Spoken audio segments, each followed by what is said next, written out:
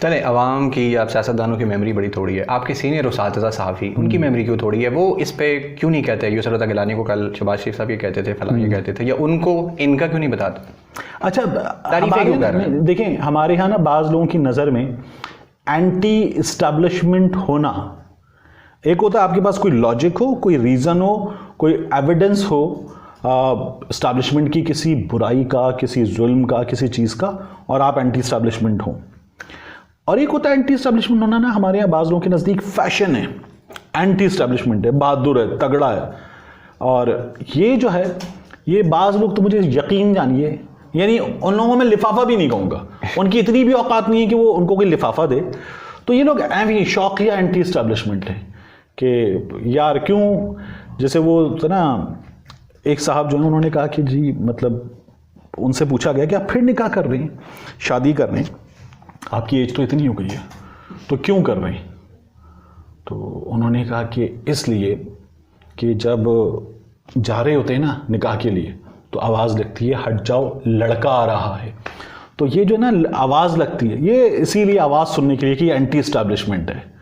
बस ये एमी शौक में बाज़ लोग नहीं, तो ये दो लफ्ज़ क्या आपके सारे गुनाह माफ़ कर देते हैं, आपकी बुराइयां माजी में जो आपने खुद बताई हुई है कि यार तुम में ये बुराई है? हाँ, कल को वो कहेगा मैं एंटी एस्टेब्लिशमेंट हूँ, तो वो दानिश्वर, वो सियासतदान, वो सब कहेंगे कि नहीं सब साफ है। नहीं, अच्छा, अपना तो नज़र ही नहीं आता ना, अपनी आँख का बाल नज़र नहीं आता, और इनमें से किसी को नज़र नहीं आता। मतलब जावेद हाशमी साहब के बारे में जिस तरह के कॉलम्स हामिद मीर साहब ने लिखे हैं, उनके हक़ में भी, उनके ख़िलाफ़ भी, तो फिर वो आपको हैरान कर देते हैं कि यार मतलब किसी एक जगह खड़े हो जाएं।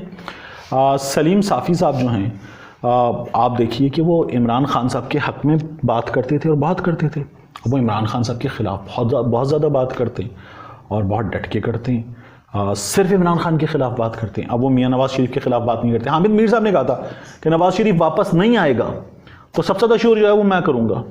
कहाँ है वो शोर? वो शोर कहाँ है? नहीं, आपको कहीं मिलता है?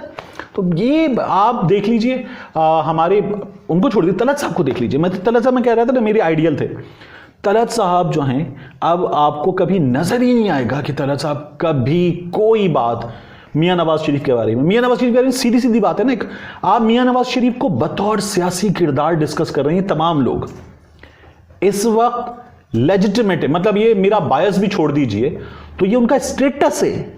वो इस वक्त एक मुजरिम हैं जो अदालत की दी गई रियायत पर बाहर गए थे और अब मफरूर हो चुके हैं। ये मेरा बायस नहीं कि मैं मियाँ नवाज़ शरीफ को मफरूर कहूँ, ये मियाँ नवाज़ शरीफ का लीगल स्टेटस है। नहीं, मियाँ नवाज़ शरीफ की सियासत, उनका किरदार वो डिस्कस होता है। वो लंदन में मुलाजिम सहाफ़ियों का ग्रुप खड़ा होता सामने। मैंने एक बार कहा था, वो सीरियसली ऐसा लगता है कि अस्सलाम वालेकुम मियाँ साहब कैसे हैं? मियाँ साहब एक वो यूँ आई है, मियाँ साहब इलेक्शन कमीशन ने यूँ कहा है, मियाँ साहब इमरान खान ने यूँ कहा है। मतलब आप पूछें कि मियाँ साहब कितना इलाज हो गया, और यार खैरियत पूछ लो, खैरियत पूछ लो कि मियाँ साहब बीमार थे आप, कितना इलाज हो गया, कितना बाकी है, ताकि वो जवाब दें। यार आपके सामने एक आदमी है जिसके बारे में द सन ने जो वर्ड्स लिखे वो हैं, he is attacking government of Pakistan and its establishment sitting in his UK bolt hole, bill में छुप के बैठा है, यहां से हमले कर रहा है। द सन ने हमारे मुंह पे जूता मारा कि according to the reports received by and the videos seen by the Sun, he has not spent a single night in a hospital. वो भाई इलाज भी नहीं करवाया इस आदमी ने। वो लोग कह रहे हैं ये जो आपने मरीज भेजा ये दवाई नहीं ले रहा। बिल्कुल। तो वो और हमारे शाकर ने जो जूता मारा था इसाकडार के बैठे हुए कि आप वहाँ से कन्विक्ट होकर निकलते हैं और आप नहीं समझते कि ये बुरी बात है कि आप यहाँ पे बैठ के अपनी इस्टेब्लिशमेंट यानी आपका आर्मी जो बुरा है और आप ये कह रहे हैं, लेकिन वो इन लोगों को फील ही नहीं हुआ। खैर, वो आपकी एक कोलिंग थी 92 में, मुझे याद है, आसमा शराजी, जिनके बारे में मशहूर है सरकारी हाज, वो जियो में भी मेरी कोलिंग है। वो कुछ दिन पहले उन्होंने, वो जो थोड़ी देर पहले आपने अपने वीलॉग में खबर दी है ना, अब्दुल सलाम अफरीदी वाली, अब्बास अफरीदी वाली, कुछ दिन पहले आसमा शराजी उसको छक्का कह रही थी। जो ज्वाइनिंग थी उनकी, नहीं, वो कह रही थी कि ये छक्का लगने वाला है खैबर पख्तूनख्वा से, जो आपने खबर दी है, वो जो आपको चैट लीक हुई है, तो उनकी नज़र में छक्का है, आपकी नज़र में वो बहुत बुरी गलत बात है। ये क्यों डिफरेंस क्यों है? यार देखिए, ये जो लोग हैं, जिस तरह से मुझे क्या लगता है, आसमा शिराजी जो हैं, हम जब डिबेट्स करते थे, कॉलेज डिबेट्स, तकरीरी मुकाबलों में जाते थे, तो हमसे कुछ ज़रा सा सीनियर था ना, 1 साल सीनियर, कुछ थोड़े से सीनियर, SM शिराज हनीफ थे कराची में, ज़रा से सीनियर थे हमसे, आसमा शिराजी हमसे कुछ ज़रा सी सीनियर थी बराए नाम। तो ये लोग थे और इनका अपना एक पॉलिटिकल विजन है। वो पॉलिटिकल विजन बहुत प्रो नवाज़ है और बहुत एंटी इस्टेब्लिशमेंट है, और उसमें जो है वो ये कहती हैं कि मैं बिल्कुल भी, मेरा बायस नहीं है, मैं जिस चीज़ को सही समझती हूँ उस चीज़ को सही समझती हूँ, और ये उनका व्यू है। तो मैं, खातून हैं, मेरी दोस्त हैं, मैंने साथ काम किया उनके 2 इदारों में और बहुत अच्छा ताल्लुक़ है मेरा, और कई दफ़ा हम लोग ओवर द फ़ोन, व्हाट्सएप पे, मुख्तलिफ़ चीज़ों पे उनसे बात करते हैं। तो as a journalist, as a writer, BBC के लिए लिखती हैं, वो बहुत अच्छा लिखती हैं। जो आर्ट है TV प्रोड्यूस करने का या राइटअप प्रोड्यूस करने का जो आर्ट है वो बहुत ज़बरदस्त है, उसका मैं मोतरफ़ हूँ। लेकिन जो थॉट है उस पर मुझे इख्तिलाफ है। वो उनकी थॉट उनके साथ है, मेरी थॉट मेरे साथ है। मुझे लगता है कि वो ज्यादती करते हैं। 92 में आपके साथ ही थी जब उन्होंने हार वाली स्टोरी ब्रेकिंग, आप स्क्रीन पे देख सकते हैं, वो शायद आपने वीडियो क्लिप देखा हो, आसमा की एक्सक्लूसिव रिपोर्ट थी, हमने हार ढूंढ निकाला, ये स्क्रीन पे आप हार देख सकते हैं गिलानी साहब ने। आज गिलानी साहब जमहूरियत के चैंपियन है, उनके लिए मतलब कमाल नहीं हो गया ये तो। और नहीं, बहुत सारे लोग गिलानी साहब को एक खुशगवार जमहूरी किरदार के तौर पर पेश करें, ये तो बड़ा इस्तेमाल हो रहा है कि गिलानी साहब एक खुशगवार जमहूरी किरदार हैं।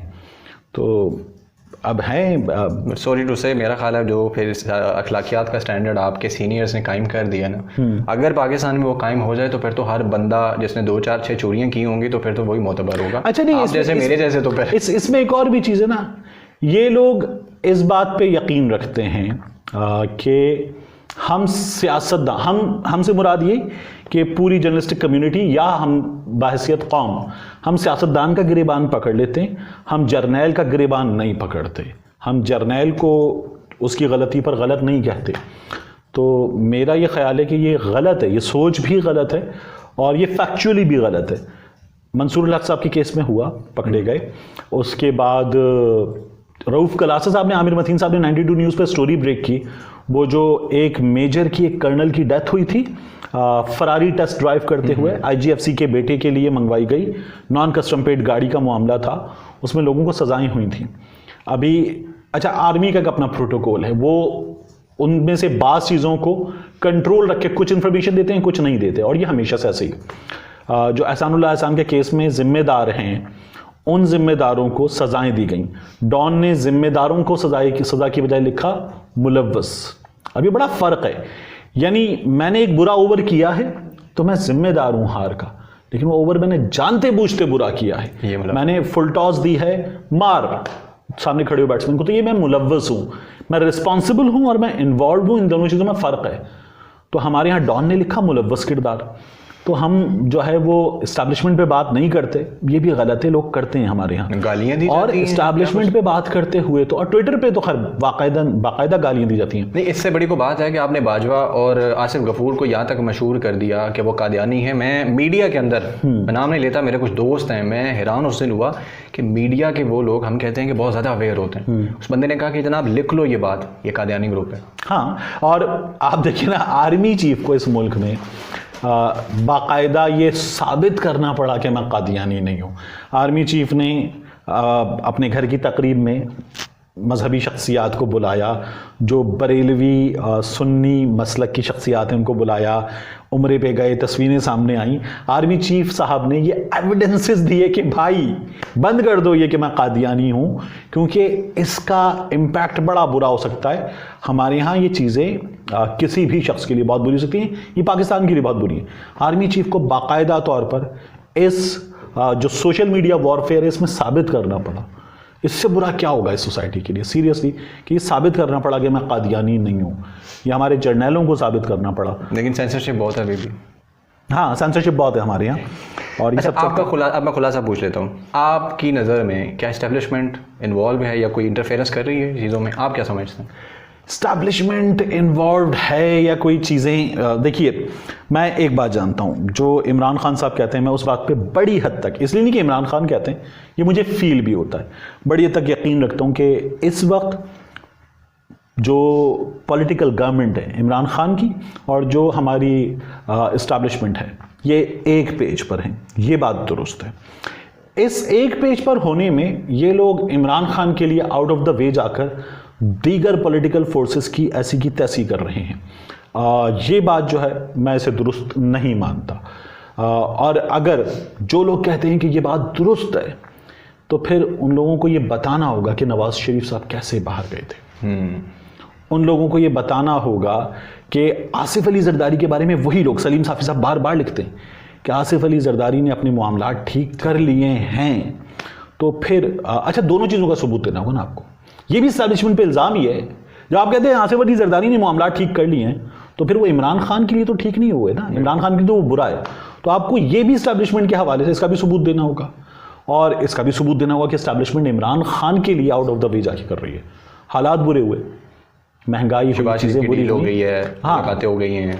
ये हमजा शहबाज की रिहाई, हमजा शहबाज की रिहाई पे आजम नज़ीर तारड़ ने कहा अदालत में, हुजूर बरियत नहीं मांग रहा, बरियत नहीं मांग रहा, हार्डशिप पे बेल चाहिए, क्योंकि नायब ये कह रहा है कि केस इतना चलेगा, बंदा आपने पहले ही इतने अरसे के लिए अंदर रखा हुआ है, बंदा कहीं नहीं जा रहा, और आप इतने अरसे के लिए अंदर रखेंगे तो वो ताउन करने को तैयार है, हम ताउन करने को तैयार नहीं, हार्डशिप पे जमानत देते हैं, 2 बरस की बेटी है समाविया, ये तमाम चीजें रखी उन्होंने और रख के कहा हार्डशिप पे दे दें। अदालत ने हार्डशिप पे जमानत दी। मुस्लिम लीग नून उस पर सुरखरू हो जाती है कि जी मुस्लिम लीग नून सुरखरू हो गई, हमजा सुरखरू हो गया। ये जो कावे मूसवी की ब्रॉडशीट ने 45 लाख रुपए पाकिस्तानी दिए, उस पर हुआ कि जी नवाज शरीफ सुरखरू हो गया। पाकिस्तान में कॉन्सेप्ट नहीं है कॉस्ट पे करने का, बाहर कॉन्सेप्ट है कि कॉस्ट पे की जाती है। तो नवाज शरीफ के वकला ने वो प्ली क्योंकि नहीं मानी गई, तो नवाज शरीफ के वकला ने वो कॉस्ट डिमांड की और वो कॉस्ट अदालत ने कहा कि पे की जाएगी, वो कॉस्ट पे की गई है।